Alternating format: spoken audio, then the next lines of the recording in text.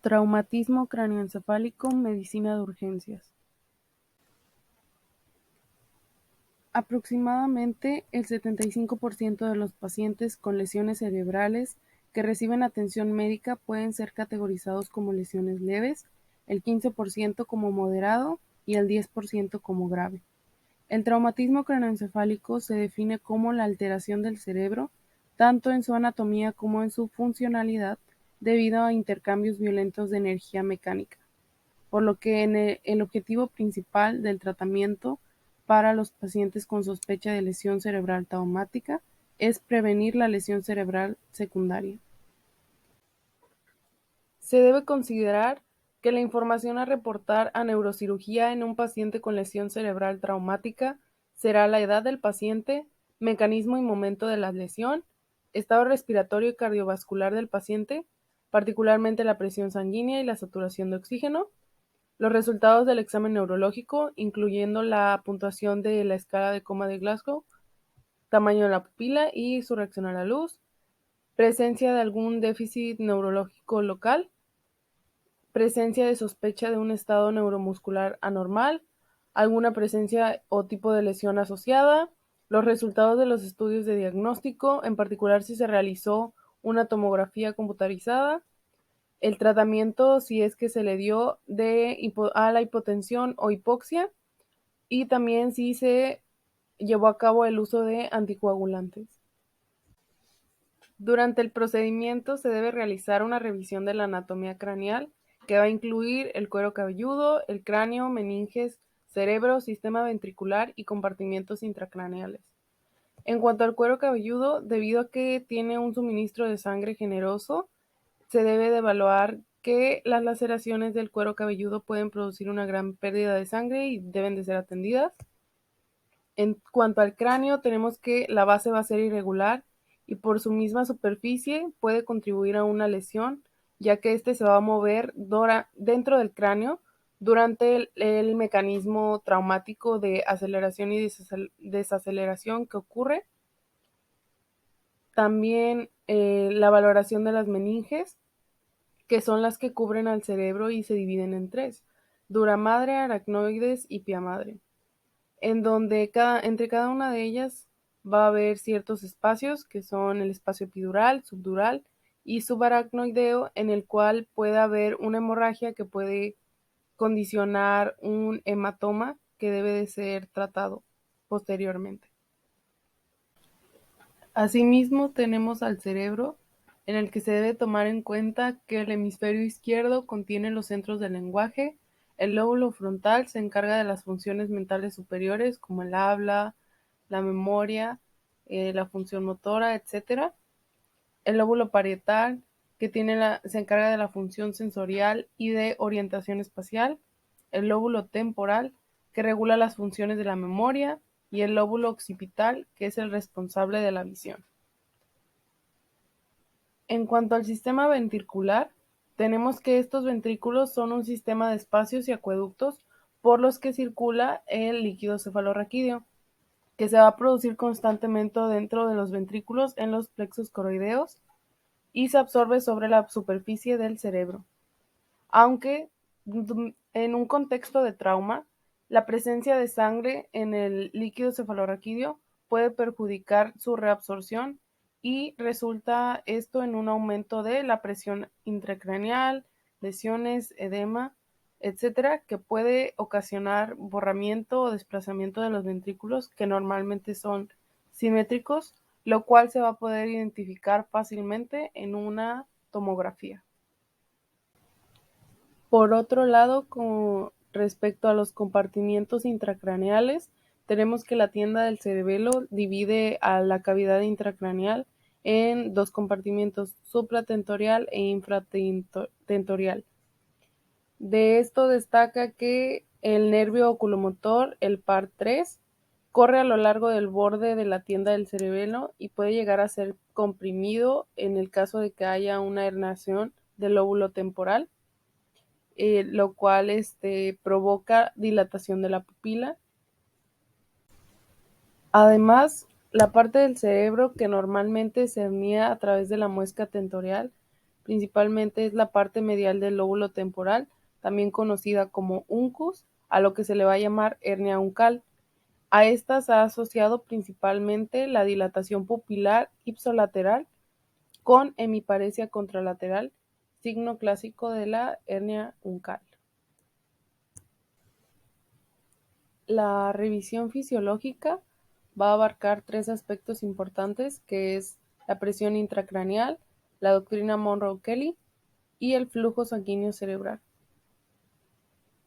En cuanto a la presión intracraneal, tenemos que la elevación de esta puede reducir la perfusión cerebral y causar o exacerbar la isquemia, por lo que una presión intracraneal normal para pacientes en estado de reposo va a ser aproximadamente de 10 milímetros de mercurio. Sin embargo, se establece que presiones superiores a 22 milímetros de mercurio están asociados con mayor daño cerebral. La doctrina Monroe-Kelly es un concepto fundamental que va a explicar la dinámica de la presión intracraneal, la cual establece que el volumen total de los contenidos intracraneales debe permanecer constante debido a que el cráneo es un recipiente rígido incapaz de expansión. Por lo que se considera que si se supera el volumen intracraneal normal, la presión intracraneal se va a elevar.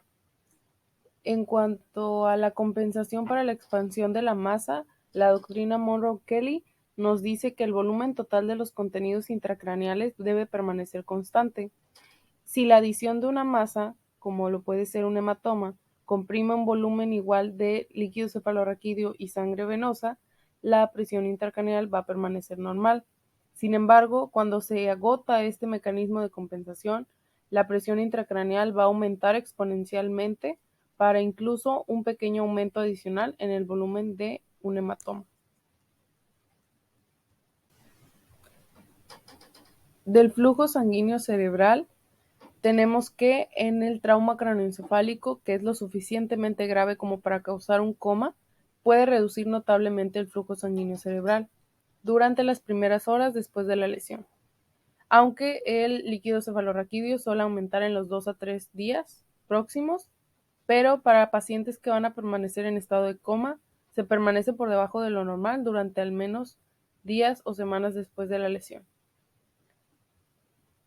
También se resalta que los vasos sanguíneos cerebrales también se contraen o se dilatan en respuesta a los cambios en la presión arterial media, presión de oxígeno y presión de dióxido de carbono.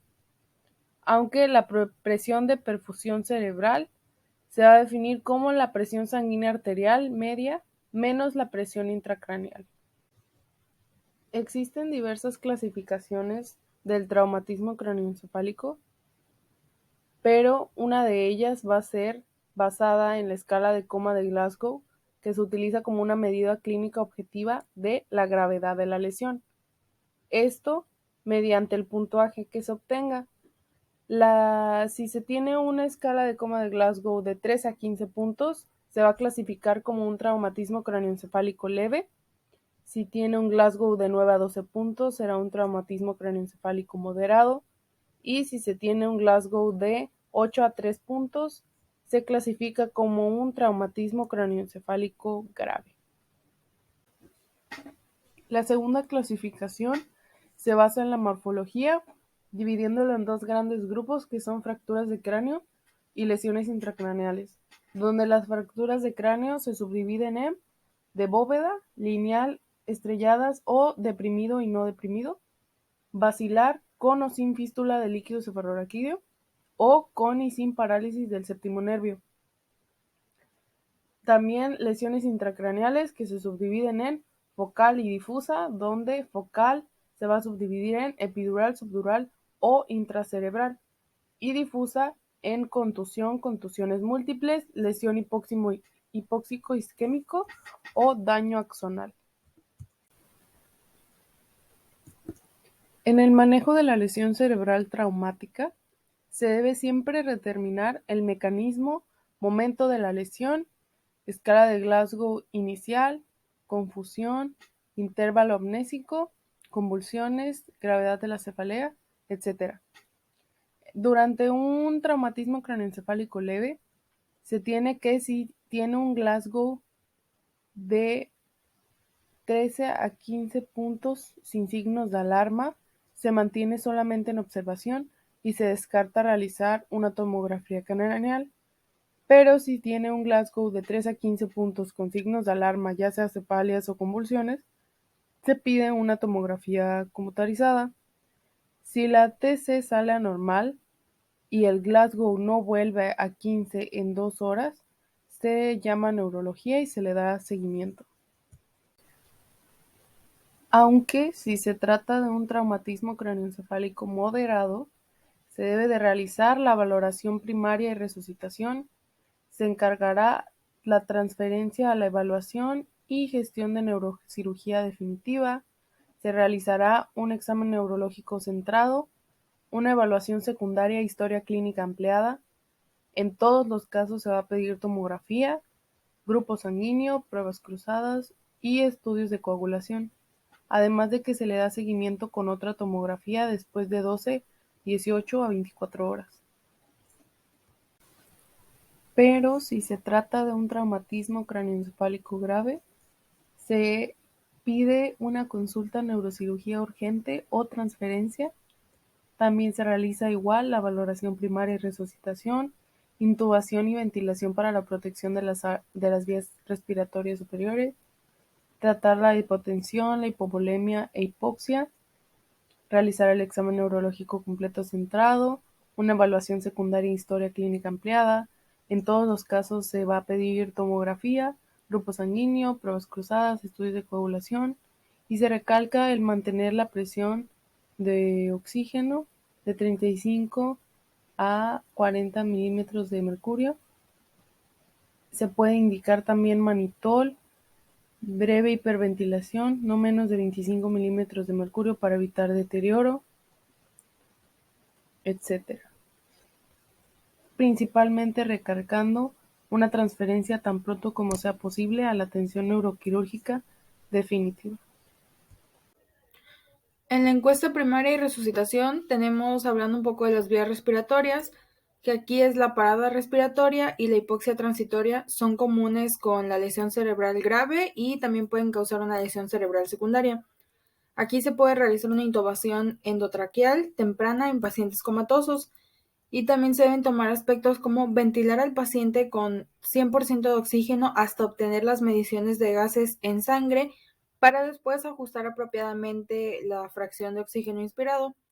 Una oximetría de pulso con saturación de oxígeno mayor a 98%, que es lo deseable.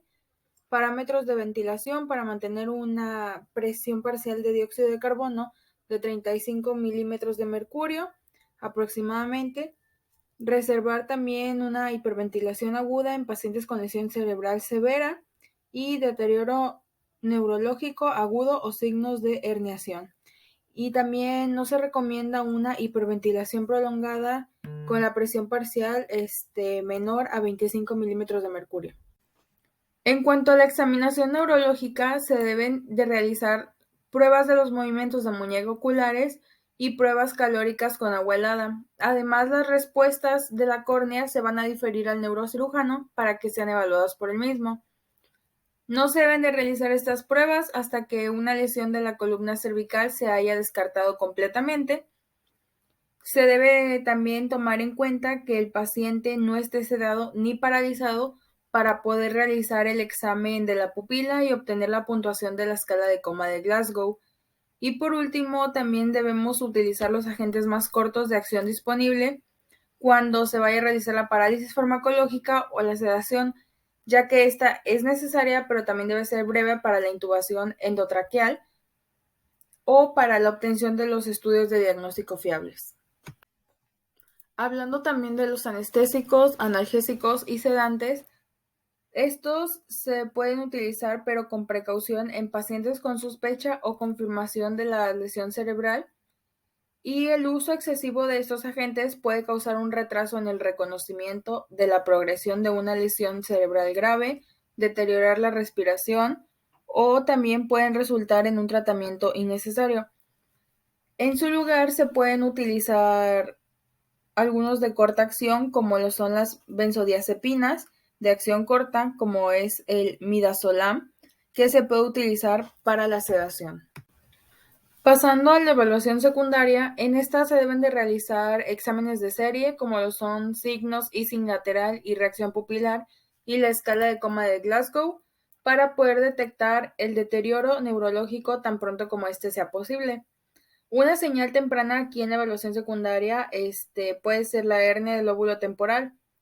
También en cuanto a los traumatismos, el que es directo en el ojo puede causar la respuesta pupilar anormal, y en el traumatismo cerebral se deben de considerar un examen neurológico completo y que se va a llevar a cabo durante esta evaluación. En los procedimientos de diagnóstico, aquí los pacientes con lesión cerebral, ya sea traumática, moderada o grave, se les va o se les debe realizar una tomografía computarizada de la cabeza después de la normalización hemodinámica. Esta tomografía debe repetirse cada vez que haya un cambio en el estado clínico del paciente y de manera rutinaria dentro de las 24 horas de la lesión para aquellos pacientes con contusiones intraparenquimatosas temporales. Hablando ahora sobre las terapias médicas para las lesiones cerebrales, vamos a tener primero los líquidos intravenosos, que estos van a ser para mantener la volemia normal. Se van a administrar los fluidos, como ya lo mencioné, intravenosos, la sangre y los productos sanguíneos como sea necesario. La hipovolemia en estos pacientes con el traumatismo es perjudicial y se debe tener cuidado de no sobrecargar al paciente con líquidos y evitar el uso de líquidos hipotónicos. También el uso de fluidos que contienen glucosa puede causar hiperglucemia y causar un daño en el cerebro lesionado. Ahora pasando a la corrección de la anticoagulación, aquí tenemos que después de obtener la relación normalizada internacional en pacientes con traumatismos craneoencefálico que están recibiendo anticoagulantes o terapia antiplaquetaria, los médicos deberán obtener rápidamente una tomografía computarizada de estos pacientes cuando éste esté indicado. Continuando con las terapias médicas, tenemos también lo que es la hiperventilación, que ésta actúa reduciendo la presión parcial y causando una vasoconstricción cerebral. La hiperventilación también puede estar prolongada y puede resultar en isquemia cerebral, causando una vasoconstricción severa si ésta llega a caer por debajo de 30 milímetros de mercurio. Tenemos lo que es la hipercapnia, que es la presión parcial mayor a 45 milímetros de mercurio, y esta promoverá la vasodilatación y el aumento de la presión intracraneal. Y si se utiliza la hiperventilación, debe ser con moderación y por el limitado periodo de tiempo posible, buscando mantener siempre la presión parcial a aproximadamente 35 milímetros de mercurio. Ahora con lo del manitol, aquí se utiliza para reducir la presión intracraneal elevada y la preparación más común es una solución al 20%, que serían 20 gramos de manitol por 100 mililitros de solución. No se debe dar manitol para pacientes con hipotensión, ya que este efecto puede exacerbar aún más la hipotensión y la isquemia cerebral. Y en pacientes con deterioración neurológica aguda como pupila dilatada, hemiparesia o pérdida de la conciencia. Continuando con la salina hipertónica, esta es una solución salina que también se va a utilizar para reducir la presión intracraneal elevada, pero no hay ninguna diferencia entre el manitol y esta solución en la reducción de la presión. Ahora los barbitúricos. Estos son también eficaces para la reducción de la presión intracraneal y la larga vida media de la mayoría de los barbitúricos prolonga el tiempo para determinar la muerte cerebral, lo cual es una consideración en pacientes con lesión devastadora. Por último, vamos a tener los anticonvulsivos, y aquí tenemos que la epilepsia postraumática se produce en aproximadamente el 5% de los pacientes con lesiones en la cabeza cerradas y el 15% de los individuos con lesiones graves en la cabeza. Existen tres principales factores vinculados a una alta incidencia de finales de la epilepsia y van a ser las convulsiones que ocurren dentro de la primera semana, un hematoma intracraneal y una fractura de cráneo deprimida. Las convulsiones agudas también se pueden controlar con anticonvulsivos, pero el uso de un anticonvulsivo temprano no va a cambiar el resultado de esta convulsión traumática a un largo plazo. Y actualmente la fenitoína y la fosfenitoína se utilizan para las convulsiones en la fase aguda, pero el Valium o el Ativan también se utilizan con frecuencia hasta que se detenga la convulsión. Ahora vamos a hablar del manejo quirúrgico en heridas de cuero cabelludo. Aquí la causa más común de estas heridas infectadas es una inadecuada limpieza y un desbridamiento. La pérdida de sangre de las heridas de cuero cabelludo puede ser extensa y esto es especialmente en niños y en adultos mayores. Y si hay caso de hemorragia, para poder controlarla se debe aplicar presión directa y cauterizar o ligar vasos grandes. Después se debe aplicar suturas apropiadas, clips o grapas.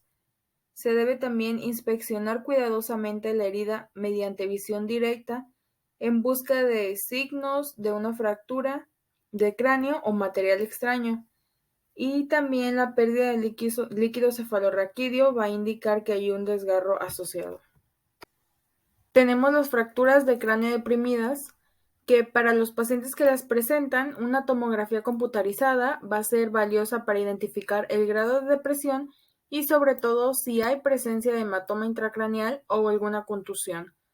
En general, las fracturas de cráneo deprimidas van a requerir tratamiento quirúrgico cuando el grado de depresión es mayor que el espesor del cráneo adyacente o cuando están abiertas y contaminadas.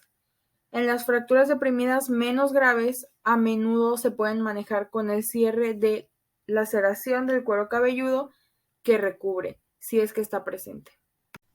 Por último, tenemos las lesiones penetrantes del cerebro. Aquí los pacientes con estas lesiones en la región orbitofacial deberán ser sometidos a una angiografía para poder identificar una aneurisma intracraneal traumática o fístula arteriovenosa. Cuando se identifican estas lesiones, también se recomienda el tratamiento quirúrgico o endovascular. Aquí los antibióticos de amplio espectro profiláctico son destinados para pacientes con estas lesiones penetrantes del cerebro, fracturas de cráneo abierto y también para fugas de líquido cefalorraquídeo.